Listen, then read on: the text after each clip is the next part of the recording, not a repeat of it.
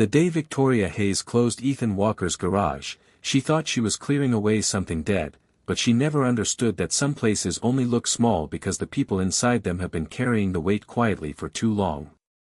At 7:12 on a cold Tuesday morning, the bell above the office door gave a weak metallic ring, the kind that had been hanging there since Ethan's father installed it in 1989, and 4 strangers stepped into Walker and Son Repairs without wiping their shoes.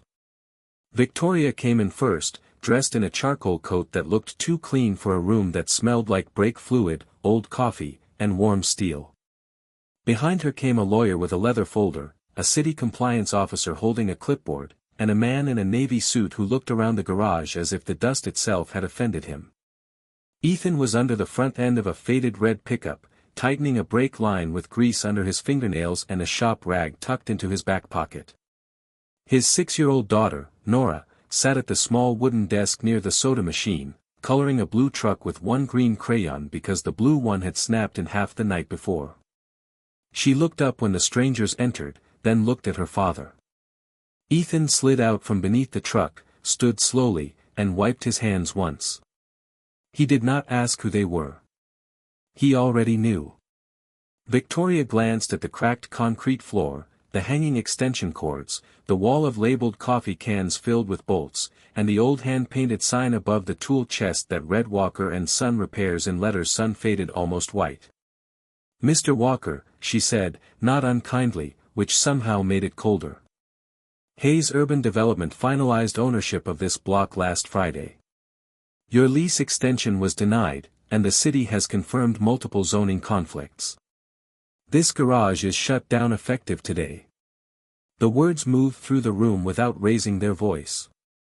Nora stopped coloring. The compliance officer kept his eyes on the clipboard. Ethan looked past Victoria toward the lift, the tool bench, the framed photograph of his father standing beside the same red toolbox 30 years earlier, then back at her. "How long do I have to clear out?" he asked. Victoria seemed almost surprised that he had not argued. She checked nothing, because the answer had already been decided before she walked in. "By noon." The man in the navy suit gave a small breath through his nose when he saw Nora's drawing, as if a child's crayon truck made the whole place even more ridiculous. Victoria turned her eyes toward the office window, where the old gold lettering had begun to peel. "This property is a liability with a roof," she said. "Frankly, Mr. Walker, it was dead before I got here." Someone behind her laughed once, quietly, then stopped when Ethan looked at him. Not angry. Not wounded. Just looking. Ethan said nothing. He walked to Nora, crouched beside her chair, and touched the top of her hand with 2 fingers. "Go get your jacket, sweetheart," he said. "The one with the zipper that works." Nora nodded and slid off the chair, holding the toy truck she kept in her backpack, the little blue one with a missing wheel Ethan had promised to fix. Victoria watched the girl cross the office and, for 1 second, something almost like hesitation moved across her face. Then it was gone. Business returned to its proper shape. Ethan spent the next 4 hours taking apart a life that had never been large enough for people like Victoria Hayes to notice. He pulled customer keys from labeled hooks, called 3 regulars to explain that their cars would be finished elsewhere, boxed invoices, wrapped his father's old micrometers in a towel, and removed the photograph of his wife, Rachel, from the shelf above the parts washer. He did not raise his voice. He did not accuse anyone. He did not tell Victoria that Rachel had brought Nora there every Friday before the hospital visits became too many. He did not tell her that his father had died in the back office during winter, sitting in the same chair where Nora now did her homework. He only worked. At 11:46, with the tow trucks waiting outside and the city officer pretending not to check his watch, Ethan climbed a short aluminum ladder and unscrewed the Walker and Son sign from the wall. The last screw stuck. He turned it slowly until the wood came free and settled heavy in his hands. Nora stood near the open bay door, her jacket zipped crooked, her toy truck pressed against her chest. Victoria was already walking toward her black SUV when Ethan carried the sign past her. She did not know that she had just closed the smallest thing he owned. She did not know that somewhere on the south edge of the city, behind a rusted gate and 13 years of dust, an old factory was waiting for a man who knew how to see bones where everyone else saw ruins. 8 months later, Victoria Hayes learned his name again in a room where nobody was laughing. It was 9:03 on a Monday morning, and the 41st floor conference room of Hayes Urban Development was quiet except for the low hum of the wall display and the careful turning of paper by people trying not to look nervous.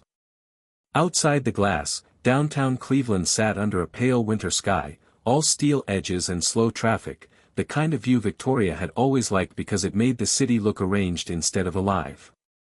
She stood at the head of the long walnut table with one hand resting beside an untouched cup of coffee. The cup had gone cold 20 minutes earlier. Across from her, Chief Financial Officer Martin Bell adjusted his glasses and cleared his throat for the third time. Victoria did not like throat clearing. It meant someone was looking for a softer way to say something that would not become soft no matter how long they waited.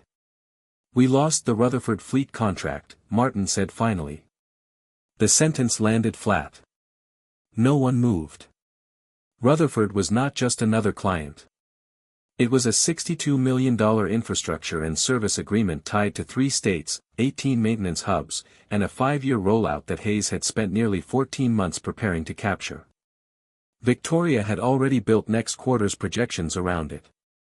She had already mentioned it to investors. She had already allowed herself, privately and only once, to consider it secured. To whom? She asked. Martin looked down, though the answer was already on the screen behind him. Walker Precision Works. The name sat in clean white letters on the display beneath a photograph of an old brick factory with repaired windows, new loading doors, and a line of service trucks parked along a freshly painted curb. For several seconds, Victoria did not connect the name to anything human. Walker could have been a fund, a holding company, a regional supplier she had overlooked. Then Martin clicked to the next slide, and the photograph changed. Ethan Walker stood in front of the factory entrance wearing a dark work jacket and no tie, one hand resting on the shoulder of a little girl in a red coat. Nora was older now, her hair longer, the small blue toy truck visible in her hand like something she had refused to outgrow. Victoria placed her pen on the table so slowly that everyone noticed.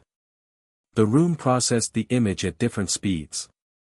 Emily Reed, Victoria's assistant, recognized him first and looked down at her tablet. The legal director leaned toward Martin and whispered something he did not answer. Victoria stared at the screen, and the memory returned with uncomfortable precision: the cracked concrete floor, the old sign in Ethan's hands, the child standing near the bay door, the words by noon leaving her mouth as if they had cost nothing. "That is the mechanic from Lorraine Avenue," she said. Her voice stayed even. Martin nodded once. "Yes. He had a repair garage." "He did," Martin said.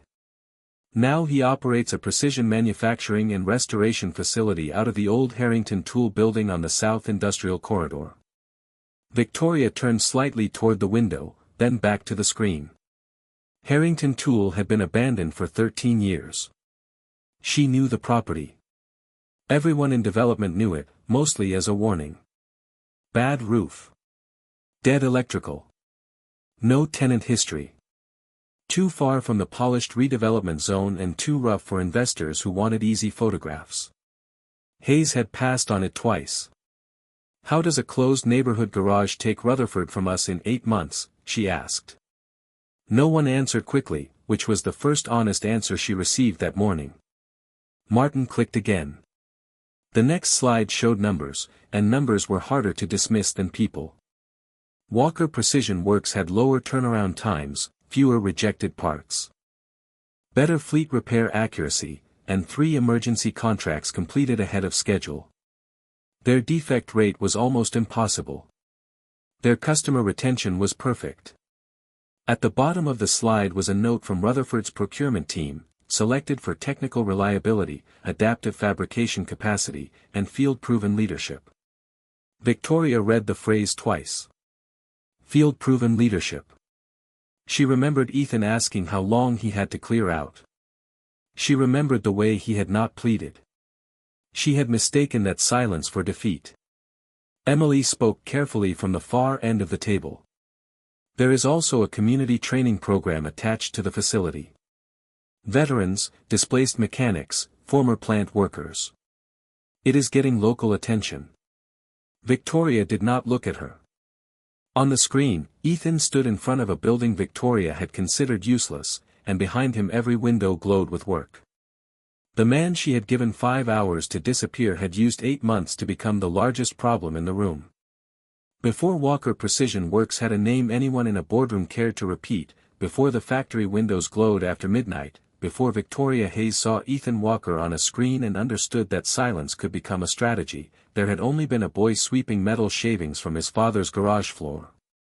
Ethan was 9 years old the first time Harold Walker let him hold a wrench that was not made of plastic. It was heavier than Ethan expected, cold in his palm, and his father closed the boy's fingers around it as if he were handing over something more important than a tool. "Do not force metal," Harold said. "Listen to it first." That was how Ethan learned almost everything.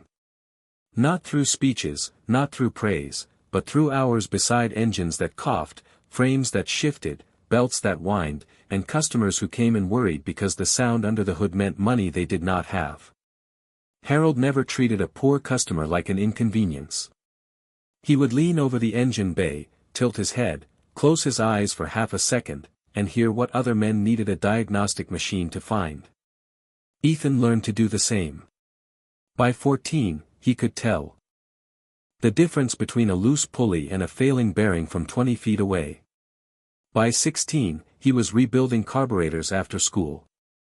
By 19, he had a scholarship to a state engineering program and a father who hugged him in the bay of Walker and Son repairs with one hand because the other was still holding a socket wrench. Ethan was not the loudest student in any classroom, but he was usually the one still working when the lights in the lab clicked off. He loved precision because precision did not care about charm. A measurement was right or it was wrong. A tolerance held or it failed.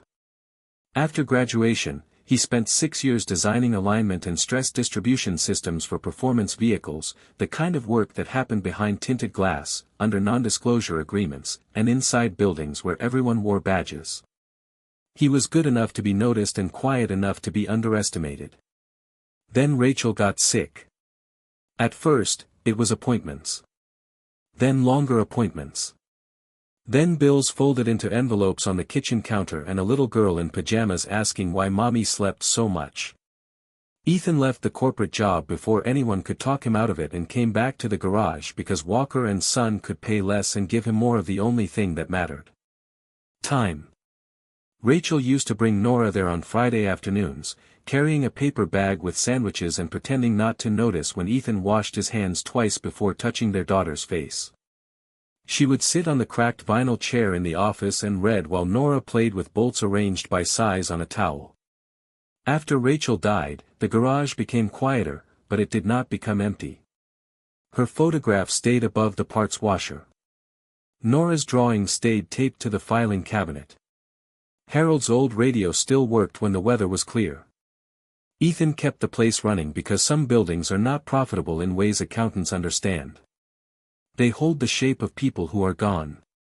They give the living somewhere to stand. That was what Victoria Hayes had not seen when she walked in with polished shoes and a folder full of decisions. She saw cracked concrete, aging equipment, and land that could be converted into something cleaner. She did not see the father who had taught Ethan to listen before forcing anything. She did not see the woman whose last good summer had left sunlight in the office window. She did not see the little girl who had learned to fall asleep to the sound of impact wrenches and country radio. And most of all, she did not see that Ethan Walker had already lost enough to know the difference between being broken and being finished. Victoria Hayes had built her career by seeing value where other people saw delay, but her gift had always worked best from a distance. From the 41st floor, a neighborhood became a parcel. A family business became a zoning conflict. A block with memory became a development phase shaded pale blue on a planning map. She was not careless with numbers. That was part of what made her dangerous. She could read a market report faster than most executives could read a menu, and she knew which corners of a city would rise in price before the restaurants arrived, before the bike lanes appeared, before the first investor used the word transformation with a straight face. Her father had started Hayes Urban Development with 3 rental houses and a small office above a dental clinic. Victoria had inherited it at 32 and turned it into one of the most aggressive redevelopment firms in northern Ohio. She did not apologize for that. She believed cities changed because people with discipline forced them to change, and she had discipline in quantities that made other people uncomfortable. Her office reflected it. Glass walls, white stone floors, a steel model of downtown Cleveland on a black table, every building rendered to scale and lit from within. On the morning her team first presented the Lorraine Avenue acquisition, Ethan's garage appeared as a small gray rectangle on the corner of a much larger plan. The proposed project was clean, modern, and expensive: electric vehicle showroom, charging plaza, boutique service center, cafe frontage, public art paid for by a grant Victoria had not yet applied for but already expected to win. The renderings were beautiful in the way renderings always are, with sunlight that never changes and pedestrians who never look tired. Emily Reed, her assistant, stood near the screen with a tablet pressed against her ribs and hesitated before moving to the next slide. Emily was 27, newly promoted, careful, and still young enough to believe that if a detail felt morally important, someone powerful would want to know. "There is one active business on the corner lot," Emily said. "Walker & Son Repairs. It has been there for more than 30 years. The owner is a widower with a young daughter. Local residents submitted letters asking whether relocation assistance could be offered." Victoria looked at the gray rectangle again. She did not sigh. She simply absorbed the information and placed it where she believed it belonged. "Does the lease survive the acquisition?" she asked. The attorney at the end of the table said no. "Are there compliance issues?" The attorney said yes. "Then we are not discussing a business," Victoria said. "We are discussing an obstacle with paperwork." Nobody in the room laughed, but several people relaxed because she had given them permission to stop caring. Emily looked down at her tablet. Victoria noticed. She noticed almost everything except the thing that mattered. "Sentiment is not an asset," Victoria said, and the sentence ended the meeting. That was how she made decisions. Fast, clean, measurable. In her world, hesitation cost money and mercy belonged in press releases after the permits were secured. She did not hate Ethan Walker. That would have required imagining him fully. She did not imagine the girl coloring at the office desk, or the photograph above the parts washer, or the way a hand-painted sign could weigh more than wood when a man had to carry it out the door. She saw only land, and land had to be improved. The mistake was not that Victoria failed to understand value. The mistake was that she believed value always arrived polished, financed, photographed, and approved by people in rooms like hers. When she looked at Ethan, she saw grease, silence, and a garage that did not match the future she had drawn. She had no idea that the future was already standing in front of her, wearing a gray work shirt, waiting for noon. 3 days after the garage closed, Ethan Walker found the place everyone else had already decided was useless. It sat on the south edge of Cleveland behind a chain-link fence bent inward by years of wind and neglect, a long brick factory with broken upper windows, rusted loading doors, and weeds growing through cracks in the asphalt lot. The faded sign above the main entrance still read Harrington Tool, though half the letters had peeled away, leaving the name looking unfinished. Nora stood beside Ethan near the gate with both hands tucked into the sleeves of her red coat, watching the building the way children watch old houses in stories, not scared exactly, but waiting for it to explain itself. The real estate agent, a tired man named Carl Benson, shook the key ring in his hand and gave Ethan the kind of smile people give before they try to talk you out of something. "I will be honest with you," Carl said. "No one has made a serious offer on this building in years. The roof leaks in 3 sections, the electrical was stripped before the last owner walked away, and the freight elevator has not moved since the Obama administration. It is too expensive to repair and too ugly to sell. Most developers just call it a graveyard. Ethan did not answer. He was looking past the broken glass at the roofline, then down at the loading dock height, then across the lot toward the rail spur buried under dead grass. Carl unlocked the gate and pushed it open with both hands. The metal dragged against the pavement with a long, tired sound. Inside, the air smelled like dust, rainwater, and old machine oil that had sunk too deep into concrete to ever fully leave. Sunlight fell through the damaged windows in pale strips. A row of yellow safety lines, nearly erased, crossed the floor toward a group of silent machines covered in canvas and grime. Nora clicked on a small flashlight Ethan kept in the glove compartment and pointed it toward the ceiling. Dust moved through the beam like slow snow. "Is it broken, Dad?" she asked. Ethan looked at the steel columns, the overhead crane rail, the drainage channels cut into the floor, the old ventilation hood still hanging above the work bays. Most people would have seen decay because decay was loud. It announced itself in shattered glass and warning signs and water stains down brick walls. Ethan saw quieter things. He saw that the main floor slab was 8 inches thick, maybe more, poured for industrial load instead of retail foot traffic. He saw that the roof trusses were ugly but straight. He saw that the truck access faced a service road that connected to the interstate in less than 4 miles. He saw that the old heat treatment room, sealed behind a warped metal door, could become a calibration lab if the humidity could be controlled. He saw work. Not easy work. Not cheap work. But real work, the kind that rewarded a man who knew how to listen before forcing anything. Carl stepped around a puddle and said, "You would spend more bringing this place back than it is worth." Ethan ran his hand along a steel support beam and rubbed black dust between his fingers. "Worth to who?" Carl gave a short laugh, then realized Ethan was serious. Nora's flashlight landed on an old stamping machine at the far end of the floor, its green paint chipped, its base bolted deep into the concrete. Ethan walked toward it slowly. The machine had not moved in years, but the frame was intact. The guide rails were dirty, not ruined. He crouched, checked the plate, and wiped away enough grime to read the manufacturer's name. For the first time in 3 days, his face changed almost too slightly to notice. Carl missed it. Nora did not.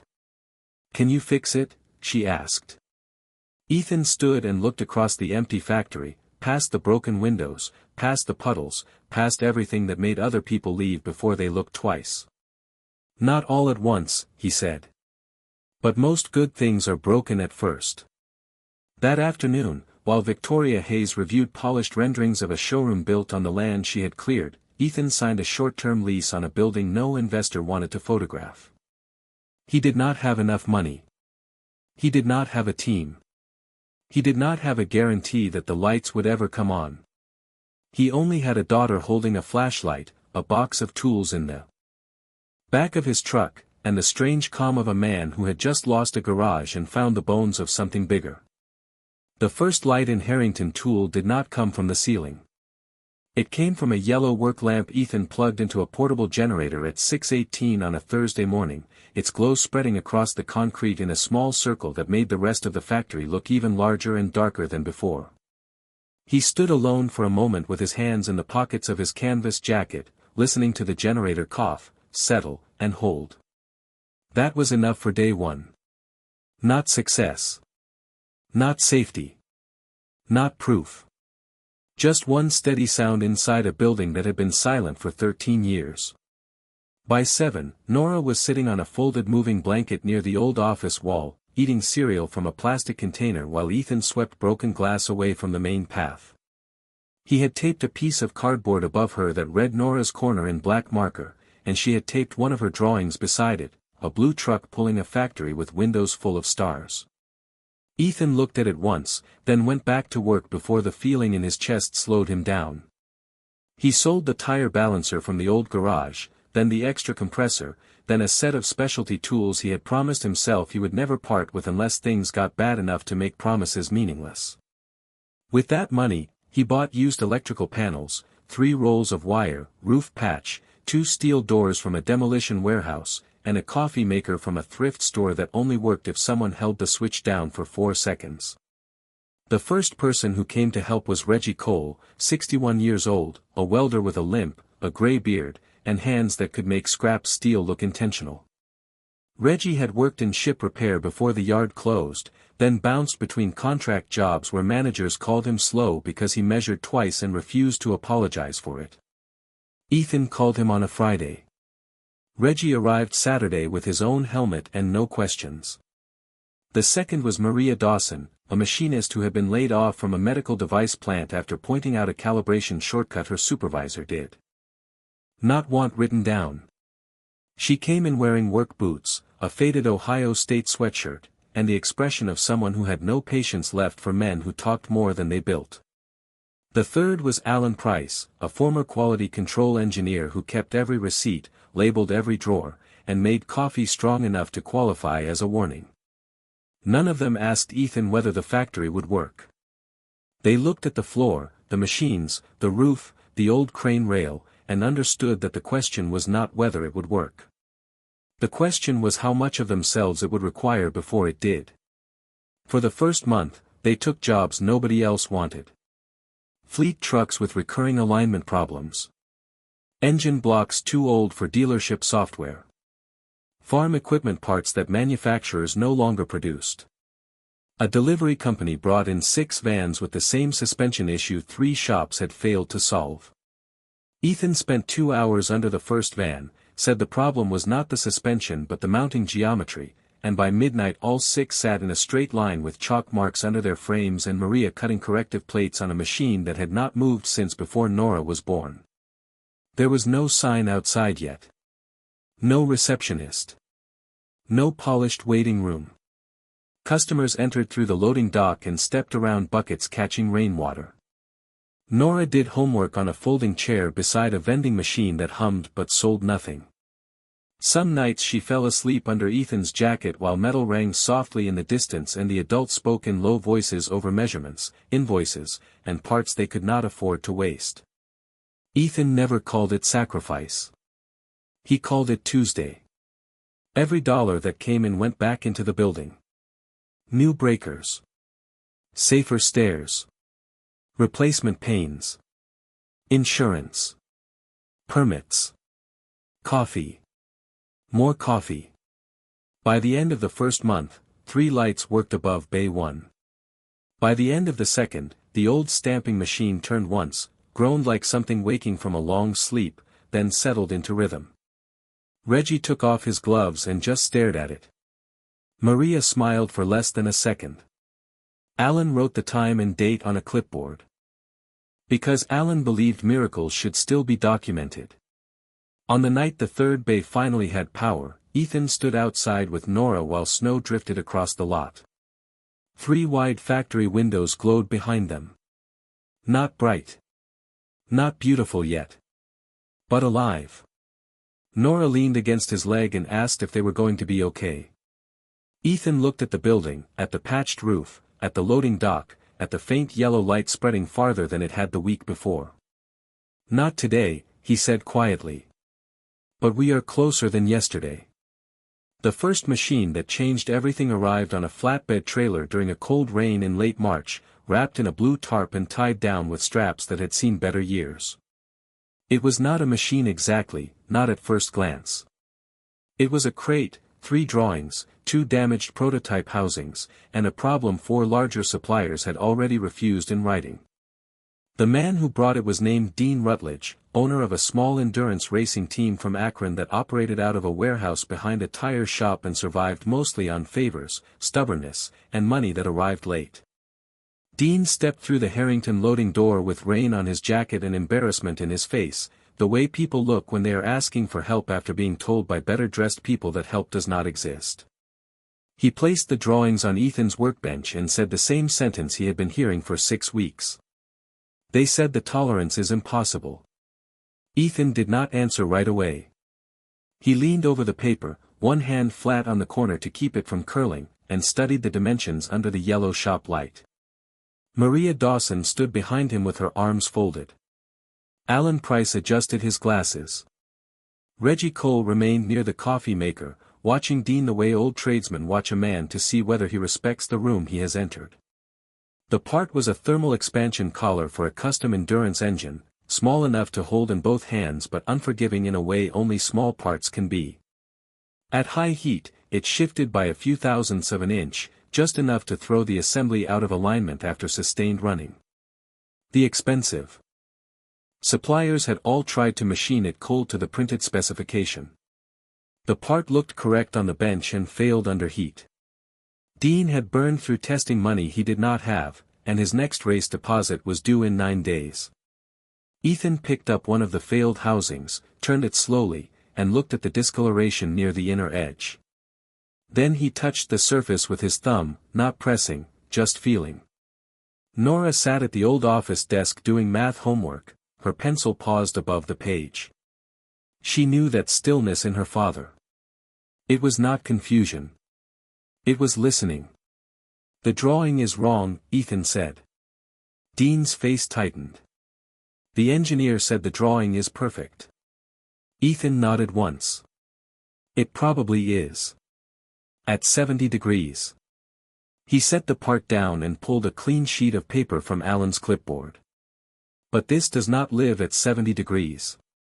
No one spoke for a moment. Rain tapped against the repaired windows. Ethan began sketching numbers, not quickly, not dramatically, just one correction after another: heat growth, load path, distortion pattern, stress relief timing. Maria moved closer. Alan did not blink. Reggie set down his coffee. By midnight, the old stamping machine was awake, the lathe was running warm, and Maria was cutting the first corrected blank while Ethan stood beside her with a micrometer in one hand and Dean's failed part in the other. Nora had fallen asleep on the folding chair under Ethan's jacket, her blue toy truck tucked beneath her chin. At 2:47 in the morning, Alan logged the first measurement. It was not right. At 3:22, the second was closer. At 4:06, Ethan changed the cooling sequence by hand, waiting 7 minutes longer before the final pass. At 5:11, Maria lifted the finished collar from the fixture, and the shop became quiet in that careful way a room gets when everyone knows the next few seconds will decide whether the night meant anything. Alan measured once, then again. He looked at Ethan, then down at the gauge. "It holds," he said. Dean stared at the number as if it had become a language he had forgotten how to read. They tested it under heat that afternoon. The collar expanded exactly where Ethan had expected it to expand, settled exactly where the other suppliers had failed to predict, and held alignment through the full cycle. Dean did not cheer. He just sat down on an overturned bucket and covered his mouth with one hand, because small teams understand what one saved part can mean. 2 days later, a short video from Dean's test bench began moving through private racing forums, then supplier chats, then engineering circles where nobody cared about polished branding but everyone cared about a solution that worked. It showed no faces at first, only the component, the heat reading, the measurement, and Dean's voice saying, "Who built this?" By the end of the week, 3 messages came through the factory email. By the end of the next week, there were 14. None of them asked whether Harrington Tool had a showroom. They asked for Walker. Victoria Hayes did not try to stop Ethan Walker because she was afraid at first.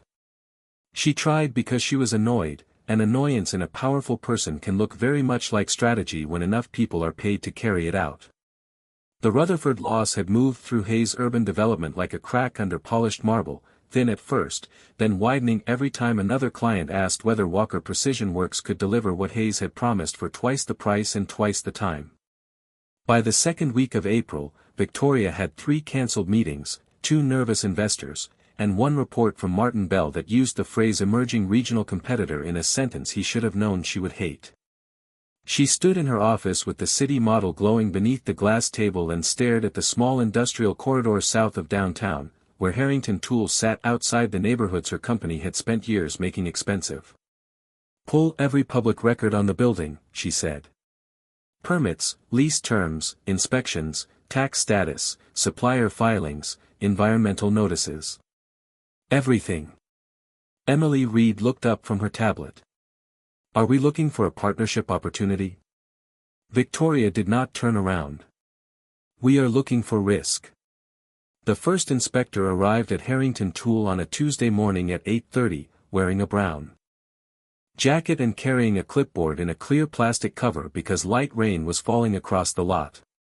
Ethan saw the city vehicle through the bay window, set down the bracket he was measuring, and wiped his hands on a clean towel before walking outside. He had expected this eventually. Men like Ethan learn that when something poor begins to work, someone will come to check whether it had permission. The inspector introduced himself as Daniel Mercer from Commercial Compliance. His tone was not rude, only tired. Behind him, across the street and half a block down, a black sport utility vehicle idled near the curb with tinted windows. Ethan noticed it, then looked away. Nora noticed it too, but said nothing. She had grown good at understanding when adults wanted silence. Daniel asked for occupancy permits, electrical sign-offs, fire access documentation, machinery safety records, insurance certificates, hazardous storage logs, employee classifications, and proof of roof repair. Ethan nodded after each item and led him to the old office, where Alan Price had arranged 7 labeled binders on a metal table beneath a working fluorescent light. Daniel opened the first binder. Then the second. By the fourth, he stopped moving quickly. Every page was dated, copied, signed, scanned, and indexed. Every temporary repair had a permanent repair schedule attached. Every machine had a maintenance log. Every extension cord Daniel might have questioned was already tagged for removal under a completed work order. Alan stood nearby with a pencil behind his ear and the expression of a man who had been waiting his entire life for someone to appreciate proper documentation. "This is unusually complete," Daniel said. Ethan did not smile. "It needs to be." Outside, a delivery truck from North Coast Industrial Supply pulled into the lot, then stopped before unloading. The driver stepped down with an apologetic look and told Maria that the shipment had been delayed pending account review. Maria looked across the street at the black vehicle, then back at the driver. "Account review by who?" she asked. He did not answer because he did not know. By noon, 2 more suppliers had called with sudden delays. By 2, a local business blog published a short item questioning whether a fast-growing manufacturing shop in a neglected factory was cutting safety corners to win contracts. It named no source. It did not need to. The words moved through the city cleanly enough. Victoria had not signed her name to anything, but her fingerprints were on the pressure. Ethan read the article once on an old desktop in the office while Nora colored quietly beside him. Reggie swore under his breath. Maria asked whether they should respond. Ethan closed the browser. "We respond by being open tomorrow." The next morning, Daniel Mercer returned with a second inspector and a specialist from the fire department. At 9:15, a representative from North Coast Industrial arrived unannounced, not to suspend the account, but to restore it.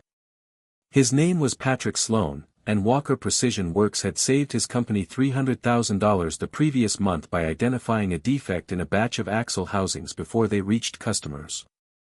Patrick handed Ethan a revised supply agreement in front of the inspectors and said, loud enough for everyone in the office to hear, "Anyone asking whether this place is legitimate can call me." Daniel finished the final walkthrough at 11:40.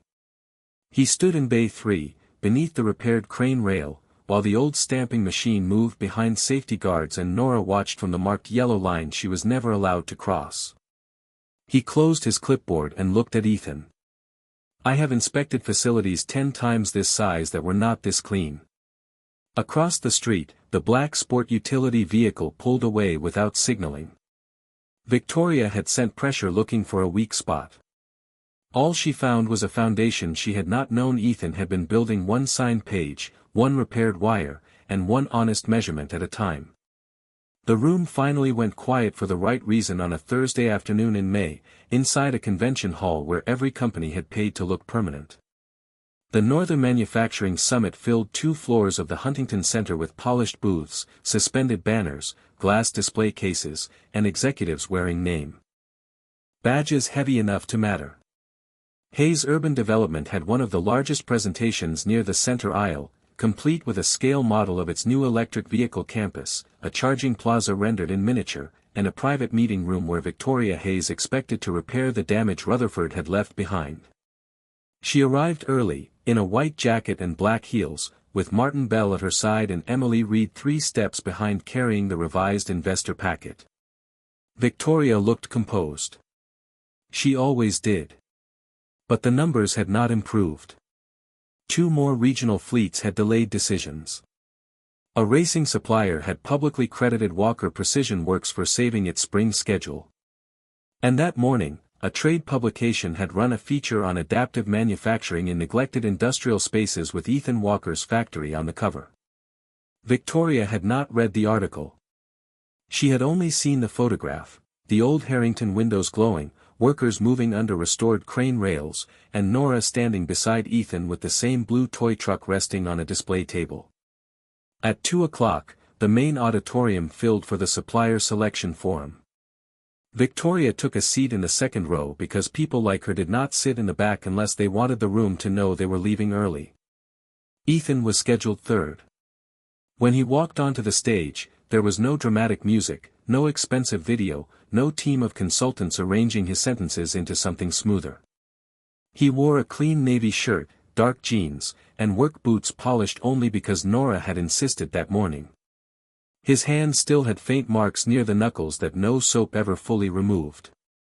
Nora sat in the front row between Maria Dawson and Reggie Cole, holding the toy truck in her lap as if it had come to witness something important. Ethan placed one folder on the podium and waited for the room to settle. He did not begin by talking about disruption, innovation, or market capture. He began with a photograph of Harrington Tool on the day he leased it, broken windows, weeds through asphalt, warning tape across the loading dock. A few people shifted in their chairs. Then he showed the same building 5 months later, repaired bays, working machines, marked safety lanes, delivery trucks lined outside before sunrise. We did not build this by finding shortcuts, Ethan said. We built it by fixing what other people stopped seeing. The next slides were not pretty, but they were devastating. Turnaround times. Failure rates. Thermal correction models. Fleet repair data. Rare part fabrication capacity.